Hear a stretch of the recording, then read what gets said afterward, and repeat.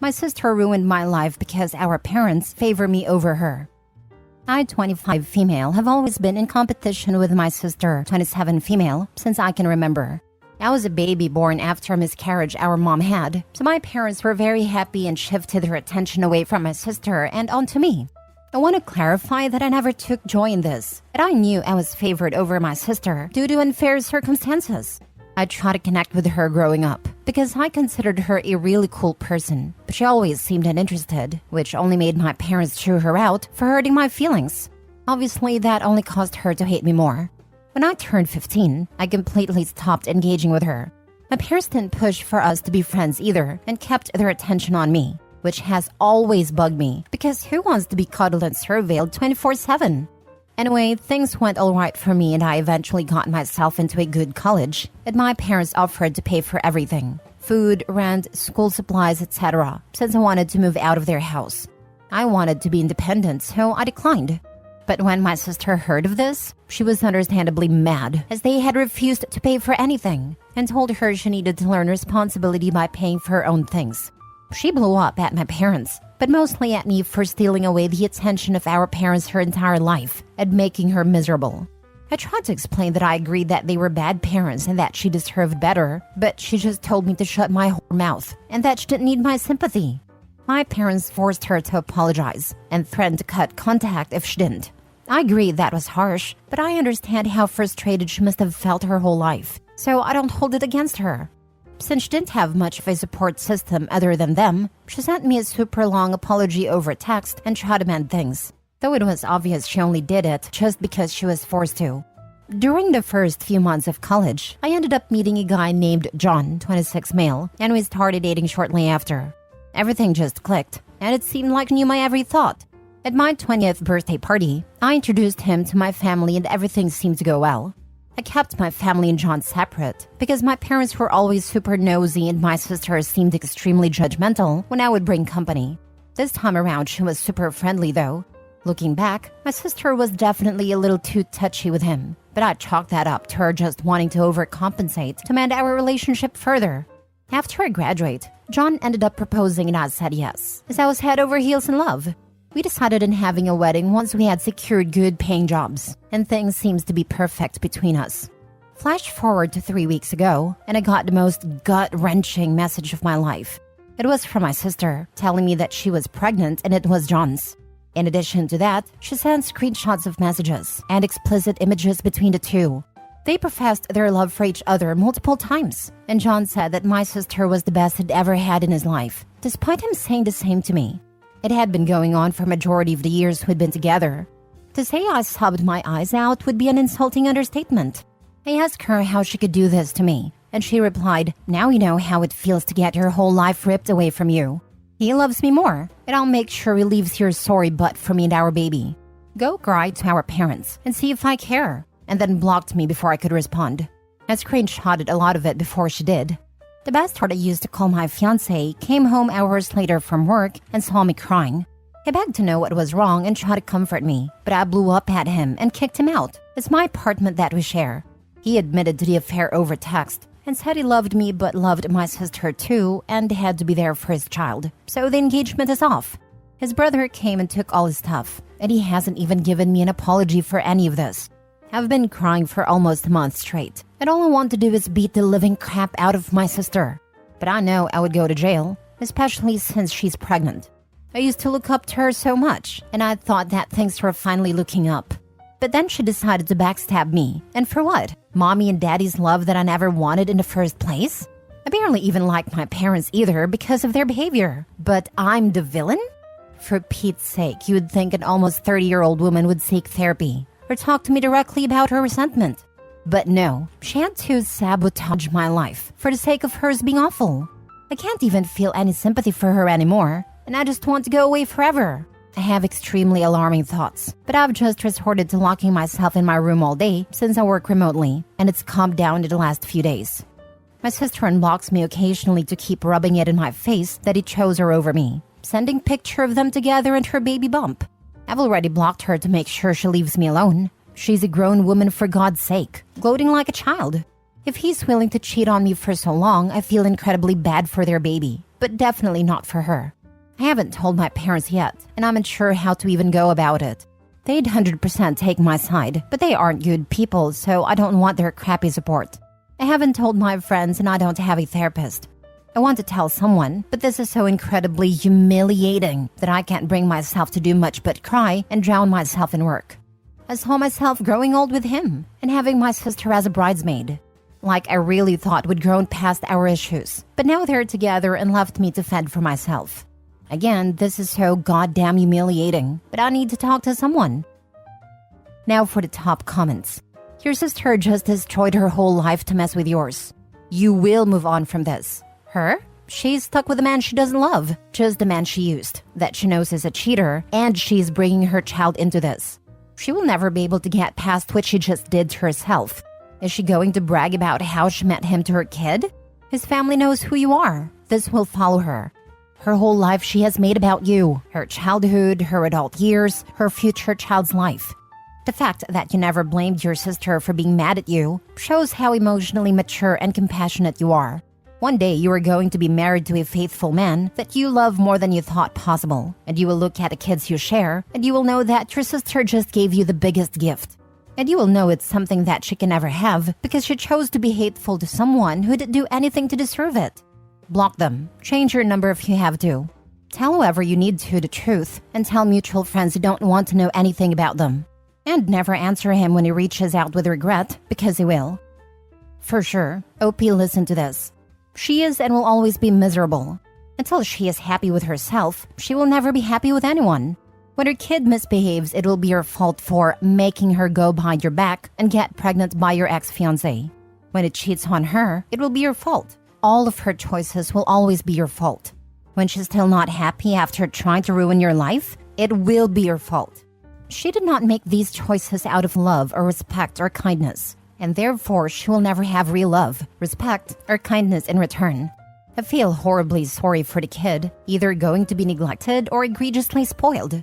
One day you will realize the giant gift she gave you, preventing you from marrying that total a-hat. You will be happy again, and it will make her even more miserable. She's already really miserable. No person actually happy in the relationship reaches out to someone to say how great it is. Honestly, you should thank her the next time she texts before you block her. Get under her skin once. Thank you for saving me. If he was tempted by you, it just means that he would have been tempted by someone else down the line. And I'm not stuck with someone who could be disloyal to me. I'm not tied to him by children, so I have a fresh, clean slate. I hope you two are so happy together. And then block. I'd also mention that his lack of loyalty is her problem now, and to think about that every time he goes to the gym, works late, or fails to show up for something, because it's only a matter of time. Good luck eventually being a single mom. Every single person in your life is trash. Let them all go. Get therapy, move away, have your own family somewhere else. Your own friends, another boyfriend, everything. Just get away. Find a therapist now. You really need one. Don't be ashamed. You didn't ask for this. Your sister is mentally ill. Trust me, if you find someone else, she'd try to seduce them too. This happiness won't last long when she sees you happy again with someone else. Trust me, if you find someone else, she'd try to seduce them too. This would be my fear as well, that she would try with every future partner till the day she passed. And even if she couldn't seduce them, that she'd just lie and say she did just to mess with Opie. Sis and John planted a forever seed of doubt. Last story. Woman obsessed with my husband tried to break up my marriage, got hit by karma. 16 years ago, my husband and I were married with a 1-year-old little girl. We were high school sweethearts that went to different schools, met junior year and made it work. Where we went to different school, I met John through my husband, but never met Sarah or Cindy. Still haven't met them in real life. One night, my daughter and I spent the night at my sister's house with her 2 kids because her husband was out of town for work and she was heavily pregnant and needed help the night he would be gone. That night, my husband's best friend John, who has been friends since 2nd grade, came over to our house to hang out with him. Next day, my husband told me John's ex-girlfriend Sarah and her best friend Cindy came over to see John. John was already with a new girlfriend, Sandy. And that while John slept with Sarah in our spare bedroom, Cindy had tried to sleep with my tipsy husband. He kicked them out like 2 a.m. My husband turned Cindy down, but apparently she had always had a crush on my husband. For a year afterward, she would call his phone. Didn't know how she got his number, but changed his number twice. She kept getting it. Calling, playing music, saying lewd things. Even sending emails saying how our daughter needs to be put down so she didn't end up being a witch like me. That they would jump me and bash my daughter's head in if they saw us out alone. Kept sending updates on where I went, asked how my doctor's appointment was, how his tournament was. Creepy stalker stuff. For the longest time, I refused to leave the house without my husband because I was seriously concerned they would hurt my daughter. For a year, I felt trapped in my home. I vividly remember being 3 weeks postpartum after an emergency C-section with our second child and just holding my baby and sliding down the wall to sit and cry. Because she had called again. It was 2 or 3 times a week she would call. She always blocked her number and sent the emails from an anonymous email address. For a while, I thought maybe my husband was talking to her. How else would she be getting his new numbers? I lost so much faith in him. I know he was mad about the situation and would scream into the phone to leave us alone. I saved every call log, email, and recorded what I could. I sent an email to her throwaway and said I knew who she was and that I was going to the police for harassment. Spoiler alert, I already tried, but there wasn't enough evidence because she blocked her number and nothing traced back to her.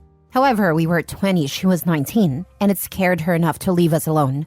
3 months of peace later, and his best friend John came over with Sandy for dinner.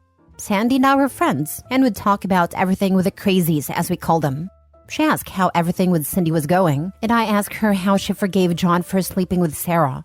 She lost it because she didn't know. He lies, says he didn't, and that my husband got it wrong, that they were just talking. Sandy didn't believe him, and then John screamed at me. This is why I kept giving Cindy's number. She would be a better match for him. My husband threw John out, and they yelled at each other outside for a while. Turns out, John was upset my husband wasn't going out and partying with him. John thought it was me not allowing my husband to go. But that wasn't true. My husband didn't want to go. He preferred to be home with me and our daughter. The few times I went out with John, I practically had to kick him out of the house to get him to go. John couldn't understand it was my husband who didn't want to go clubbing. My husband has never been a clubbing guy. He hates people and loud music. He kicked John out of our lives that night and husband hasn't spoken to him since. We changed his number one last time and never had any other issues. For her part, Cindy got some serious karma. I couldn't help but laugh when I learned she married a guy a year later, had a kid and got cheated on, and then he left her for another woman while she was pregnant. I usually don't enjoy others' misfortunes. However, after the hell she put us through, especially during my pregnancy with our second child, I laughed when I heard. For John, he married Sandy, has 2 kids now, and tried to get back in contact with us 13 years ago after he had his first kid. He wanted to apologize because apparently after having his own kid, he realized how screwed up he was, doing what he did. He called my husband's parents because they still had a landline at a time. My in-laws had already been told years earlier what happened and that under no circumstances were they to give out our numbers to him. So we went to my in-laws, and my husband called him back and told him to never contact our family again. Side note, when husband called John back, we found out Cindy wasn't following us like we thought. John would tell her where we were going. So screw you, John. You and that psycho Cindy. I can't believe Sandy married him. She's very forgiving, definitely. No, she just believed him that nothing happened between him and his ex that night. He convinced her it was a misunderstanding. Did you not hear him confess that he was feeding your information to a woman who threatened your child's life? That seems like something that would make you run. Sandy had already walked out of the house before he screamed that at me. I have no idea what she knew. You didn't tell afterwards? I called her the next day, other than, hey, I didn't get to speak. She kept saying my husband was wrong, that John would never cheat on her, and refused to listen to anything I tried to say and then hung up on me. I haven't spoken to her since. That was 15 years ago. Sandy is the biggest freaking idiot. Perpetual doormat. I'm afraid she's being abused. When we knew them, Sandy always wore the pants of the relationship. What she said went. John was a master manipulator, but she always got her way, no matter what, from what we saw.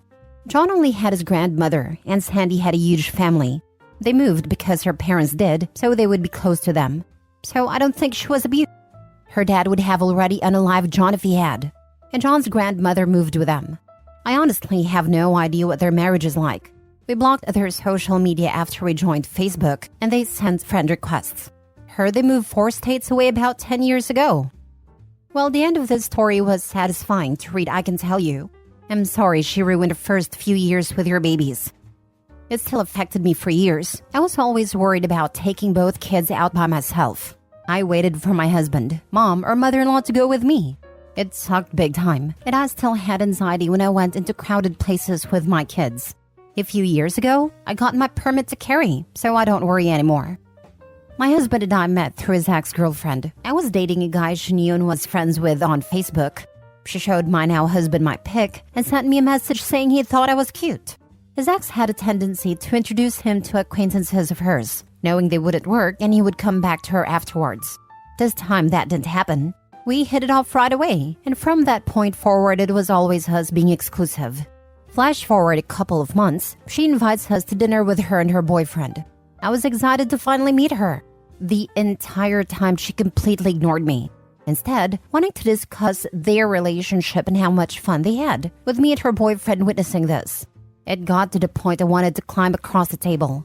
Afterwards, I told my boyfriend if he wanted to stay friends with her, I understood. I wanted to be neutral, since they had years-long friendship. To his credit, he stopped talking to her. 3 days ago, she sent a message to my husband on Facebook and he blocked her. We have been together 10 years, married for 8.